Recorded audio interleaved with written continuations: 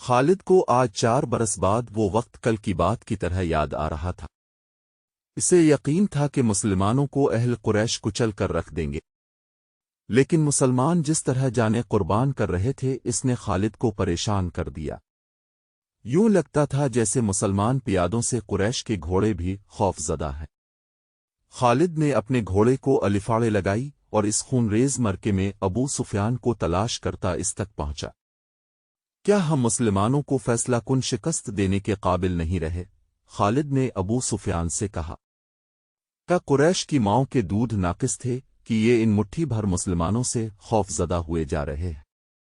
دیکھو خالد، ابی سفیان نے کہا، جب تک محمد ان کے ساتھ ساتھ ہے اور وہ زندہ سلامت ہے، یہ خون کا آخری قطرہ بہہ جانے تک شکست نہیں کھائیں گے، تو یہ فرض مجھے کیوں نہیں سونپ دیتے؟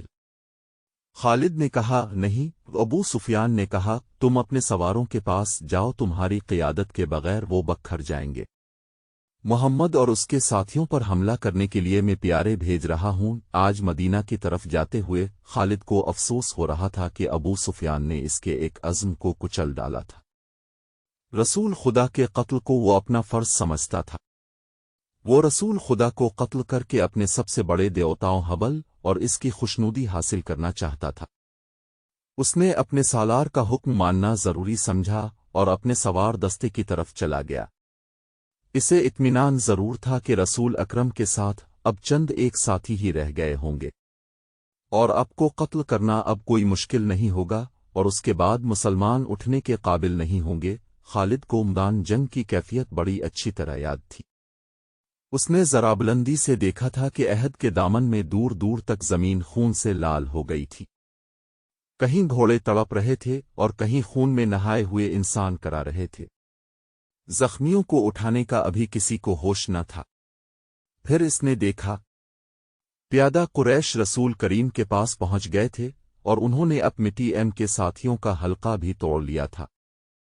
قریش کے 3 آدمی عتبہ بن ابی وقاص، عبداللہ بن شہاب اور ابن قما رسول کریم پر پتھر برسانے لگے۔ عجیب صورت یہ تھی کہ عتبہ کا سگا بھائی نون یہ تھی کہ عقبہ کا سگا بھائی سعد بن ابی وقاص رسول اکرم کی حفاظت میں لڑ رہا تھا۔ رسول اکرم کے ساتھیوں کی تعداد نہ ہونے کے برابر رہ گئی تھی، یا وہ لڑتے لڑتے بکھر گئے تھے۔ عتبہ نے اب ہم پر جو پتھر برسائے ان سے اب کے نیچے والے 2 دانت ٹوٹ گئے اور نچلا ہونٹ زخمی ہو گیا۔ عبداللہ کے پتھر سے اب کی پیشانی پر خاصا گہرا زخم آیا۔ ابن قما نے اب کے قریب آ کر اتنی زور سے پتھر مارا کہ اب کے خود کی زنجیر کی 2 کڑیاں ٹوٹ کر رخسار میں اتر گئیں، ان سے رخسار کی ہڈی بھی بری طرح مجروح ہوئی۔ اب منیم نے برچھی سے دشمنوں پر وار کرنے کی بھرپور کوشش کی، لیکن دشمن قریب نہیں آتے تھے۔ اب میم کا خون اتنا نکل گیا تھا کہ اب گر پڑے۔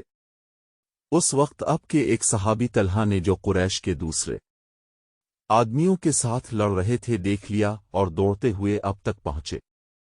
ان کی للکار پر ان کے دوسرے ساتھی بھی آ گئے۔ اب کو پتھروں سے گرانے والے قریش اب پر تلواروں سے حملہ کرنے ہی والے تھے کہ سعد بن ابی وقاص نے اپنے سگے بھائی عقبہ پر حملہ کر دیا۔ عتبہ اپنے بھائی کا غیظ و غضب دیکھ کر بھاگ نکلا۔ طلحہ نے رسول خدا کو سہارا دے کر اٹھایا۔ اب پوری طرح سے ہوش میں تھے۔ اس دوران اب کے ساتھیوں نے ان آدمیوں کو بھگا دیا تھا جنہوں نے رسول کریم پر حملہ کیا تھا۔ مورخ لکھتے ہیں کہ اسعد بن ابی وقاص پر قابو پانا مشکل ہو رہا تھا۔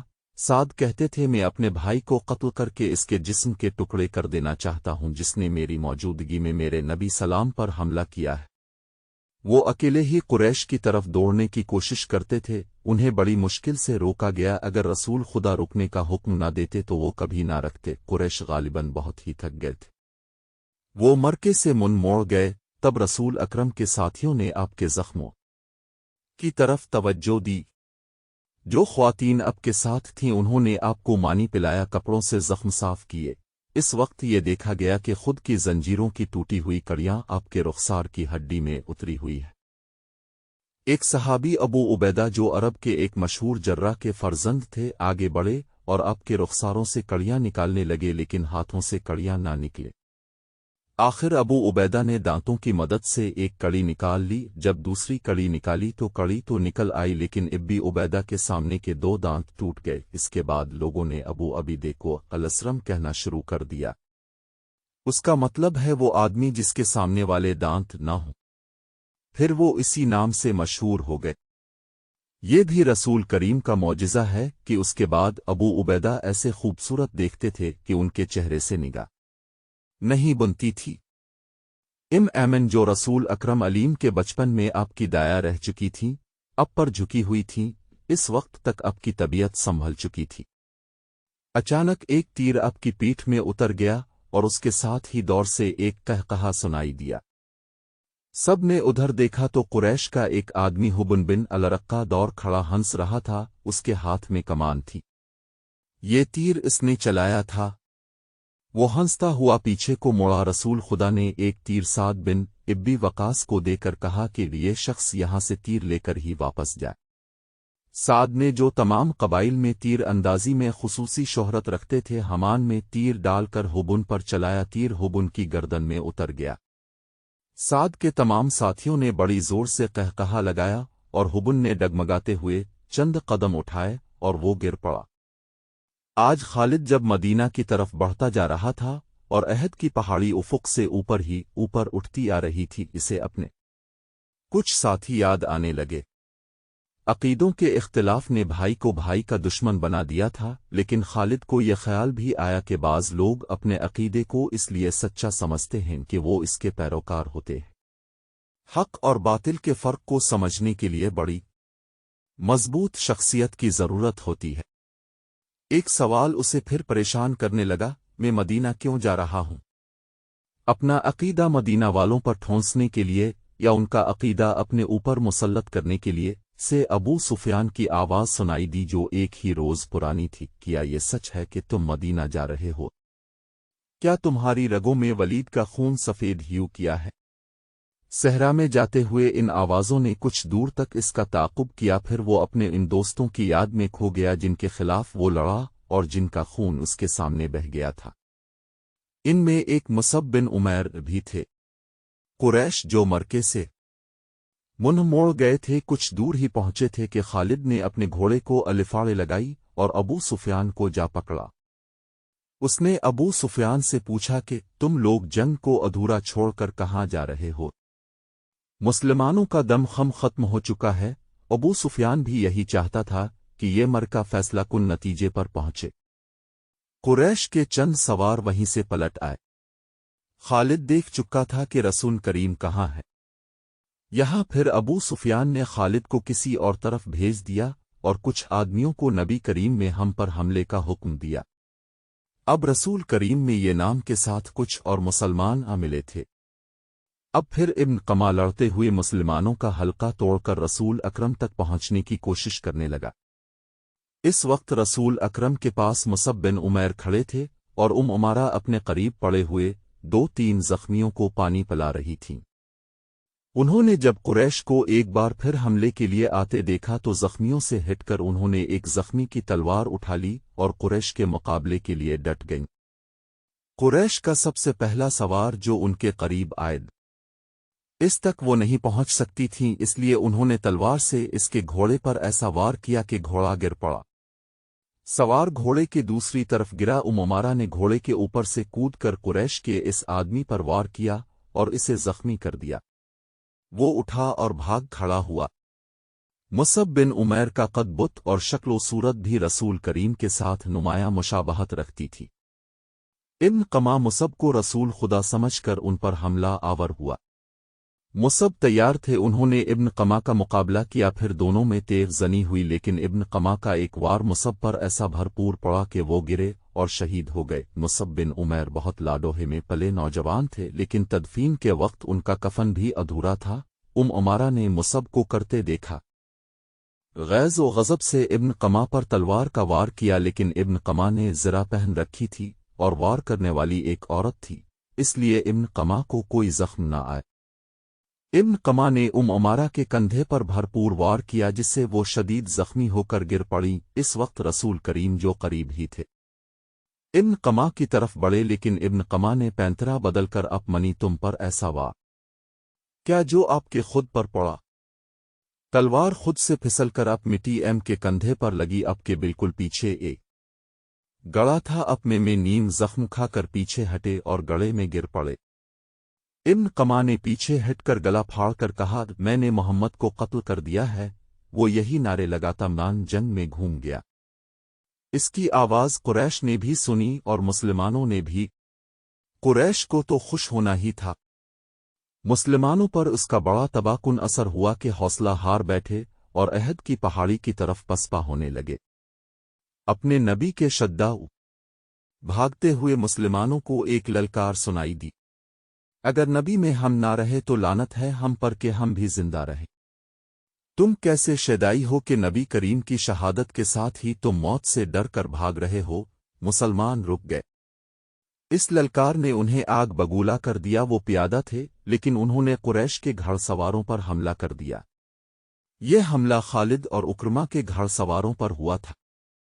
खालिद को आज याद आ रहा था कि उसके हाथों कितने ही मुसलमानों का खून बह गया था। उनमें एक रिफा बन वकश भी थे। खालिद के दिल में दर्द की एक टिमसी उठी। इसे कुछ ऐसा एहसास होने लगा जैसे वो बेमकसद खून बहाता रहा है, लेकिन इस वक्त वो मुसलमानों को अपना बदतरीन दुश्मन समझता था। अब मुसलमानों का दम खम टूट चुका था। प्यारे घर सवारों का मुकाबला कब तक करते। वो मजबूर होकर पहाड़ी की तरफ पसपा होने लगे। रसूल अकरम भी अपने साथियों के साथ एक तंग सी वादी की तरफ जा रहे थे।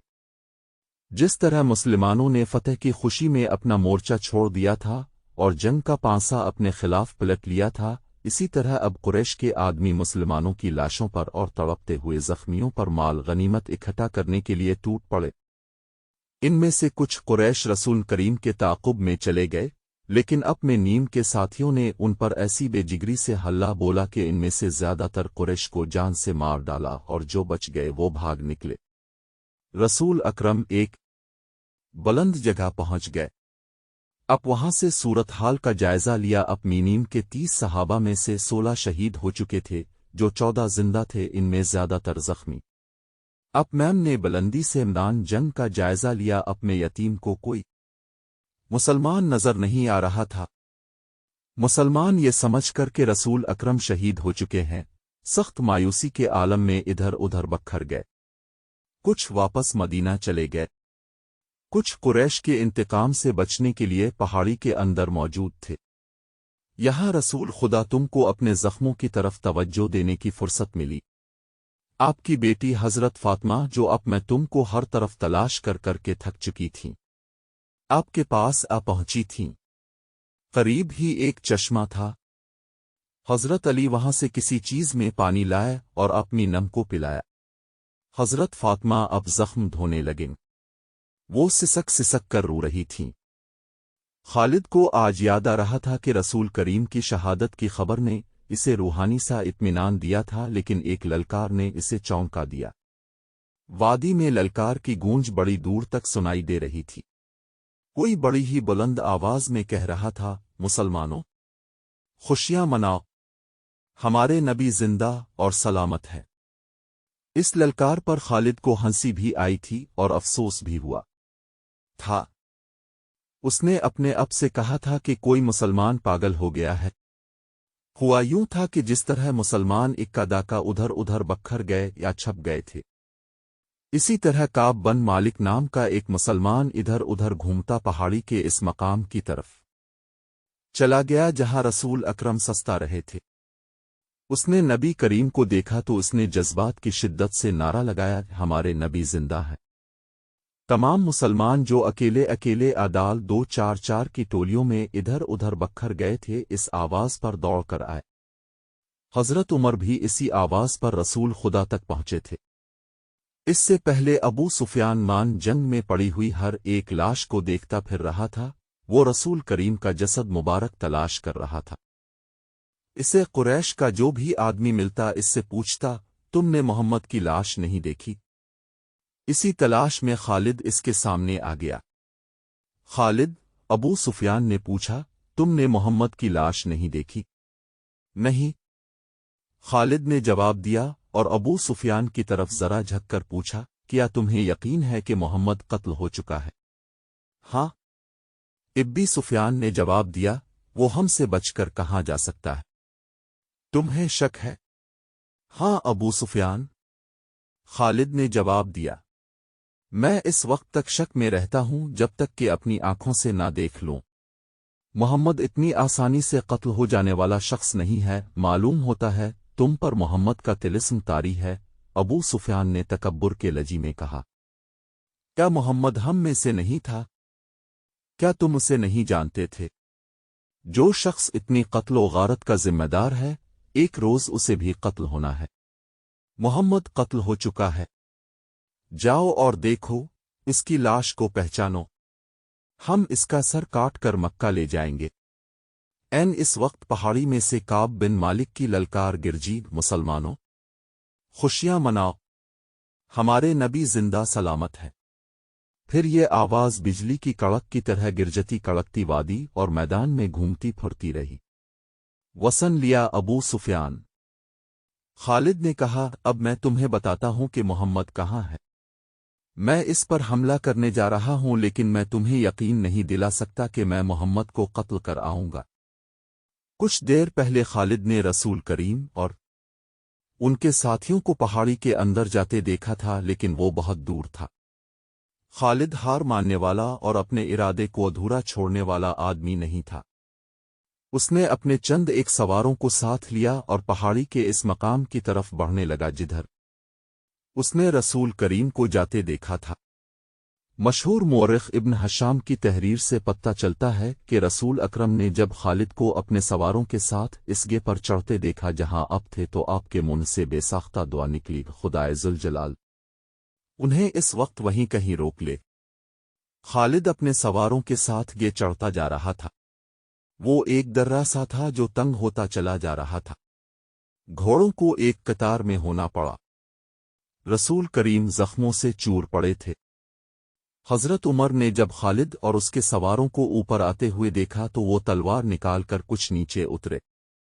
ولید کے بیٹے حضرت عمر نے للکارا، اگر لڑائی لڑنا جانتے ہو تو اس گلا کی تنگی کو دیکھ لو، اس چڑھائی کو دیکھ لو، کیا تم اپنے سواروں کے ساتھ ہمارے ہاتھ سے بیچ کر نکل جاؤ گے؟ خالد لڑنے کے فن کو خوب سمجھتا تھا۔ اس نے دیکھ لیا تھا کہ یہ جگہ گھوڑوں کو گھما پھرا کر لڑانے کے لیے موزوں نہیں ہے بلکہ خطرناک ہے۔ خالد نے خاموشی سے اپنا گھوڑا گھمایا اور اپنے سواروں کے ساتھ وہاں سے نیچے اتر آیا۔ جنگ عہد ختم ہو چکی تھی۔ قریش اس لحاظ سے برتری کا دعویٰ کر سکتے تھے کہ انہوں نے مسلمانوں کو زیادہ نقصان پہنچایا، لیکن یہ جنگ ہار جیت کے بغیر ختم ہو گئی تھی۔ لیکن یہ ہماری شکست تھی، خالد کو جیسے اپنی آواز سنائی دی۔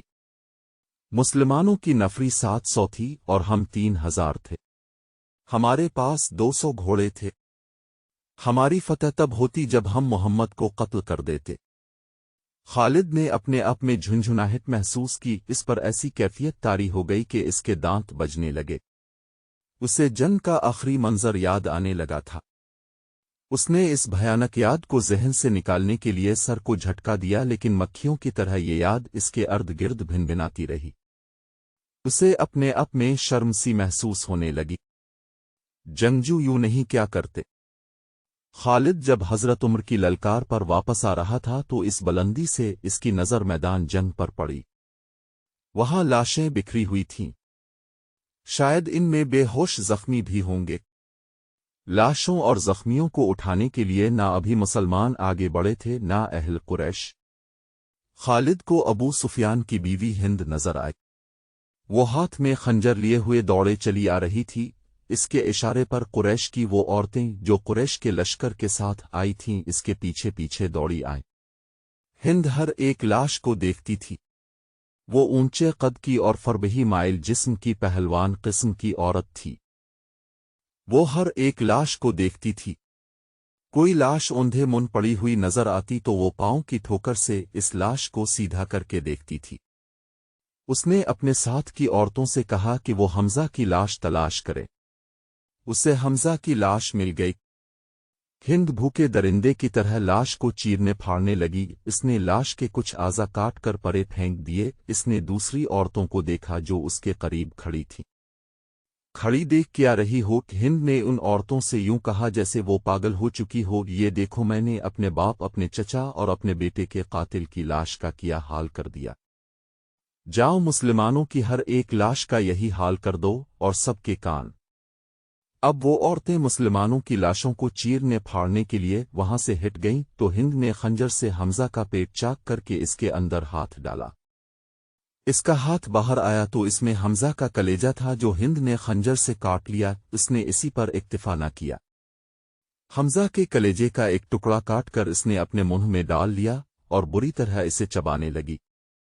लेकिन थोड़ी देर बाद इसने कलेजे के इस टुकड़े को उगा दिया। खालिद को दूर अबू सुफियान खड़ा नजर आया। हिंद की इस वहशियाना हरकत ने खालिद का मजा किरकिरा कर दिया था।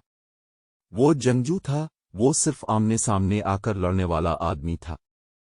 अपने दुश्मन की लाशों के साथ ये सलूक न सिर्फ ये कि उसे पसंद न आया बल्कि इसने नफरत की निगाह से देखा। अबू सुफियान को देखकर खालिद ने अपने घोड़े को अलिफाड़े लगाई और अबू सुफियान के पास जा घोड़ा रोका। अबू सुफियान, खालिद ने गुस्से और हिकारत के मिले जले लहजे में कहा, क्या तुम अपनी बीवी और उन औरतों की इस वहशियाना हरकत को पसंद कर रहे हो? अबू सुफियान ने खालिद की तरफ ऐसी निगाहों से देखा जिनमें बेबसी की झलक थी और साफ पता चलता था कि उसे लाशों के साथ अपनी बीवी का ये सलूक पसंद नहीं। खामोश क्यों हो अबू सुफियान? तुम हिंद को जानते हो? खालिद, अबू सुफियान ने दबी की जबान में कहा। ये औरत इस वक्त पागलों से बदतर है। अगर मैं तुम उसे रोकने के लिए आगे बढ़े तो ये खंजर से हमारे पेट भी चाक कर देगी। खालिद हिंद को जानता था, वो अबू सुफियान की बेबसी को समझ गया। अबू सुफियान ने सर झुकाया, घोड़े की लगाम को झटका दिया और मुंह फेर कर दूसरी तरफ चल पड़ा। खालिद भी इस मंजर को बर्दाश्त न कर सका। जब हिंद हमजा की लाश का कलेजा चबाकर उग चुकी तो उसने पीछे देखा। इसके पीछे जबीर बन मुतम का गुलाम वहशी बिन हर्ब खड़ा था। इसके हाथ में अफ्रीका की बनी हुई वही बर्छी थी जिससे इसने हमजा को शहीद किया था। यहाँ क्या कर रहे हो बन हर्ब? हिंद ने तहक्कुमाना लहजे में इससे कहा, जाओ और मुसलमानों की लाशों के टुकड़े कर दो। वहशी बिन हर्ब बोलता बहुत कम था। इसकी कोशिश यही होती थी कि ज्यादा से ज्यादा बात इशारों में कर ली जाए। इसने हिंद का हुक्म मानने के बजाय अपना हाथ हिंद के आगे फैला दिया और उसकी नजरें हिंद के गिले में लटकते हुए सोने के हार पर जिम गईं। हिंद को अपना वदा याद आ गया। उसने वहशी से कहा था कि तुम मेरे बाप, चचा और बेटे के कातिल को कत्ल कर दो तो मैंने जितने जेवरात पहन रखे हैं वो तुम्हारे होंगे। और वहशी अपना इनाम लेने आया था। हिंद ने अपने तमाम जेवरात उतार कर वहशी बिन हर्ब के फैले हुए हाथ पर रख दिए। वहशी के होंठों पर मुस्कुराहट आ गई और वो वहां से चल पड़ा। हिंद पर इस वक्त फतह और इंतकाम का भूत सवार था। ठहर जाओ बिन हर्ब, हिंद ने जोशीली आवाज में इस हबशी को बुलाया। वो जब इसके पास आया तो हिंद ने कहा, मैंने तुम्हें कहा था कि मेरा कलेजा ठंडा कर दो तो तुम्हें अपने जेवरात दूंगी, लेकिन तुम इससे ज्यादा इनाम के हकदार हो। हिंद ने कुरैश की औरतों की तरफ इशारा किया और कहा, तुम जानते हो उन औरतों में कनीजें कौन कौन हैं? देखो, वो जवान भी हैं, खूबसूरत भी। तुम्हें जो कनीज अच्छी लगती है ले जाओ। वहशी बिन हर्ब ने अपनी आदत के मुताबिक खामोशी से चंद लम्हे हिंद के चेहरे पर नजरें गाड़ है, लेकिन उसकी नजरें कनीजों की तरफ न गईं। इस ने इनकार में सर हिलाया और वहां से चला गया।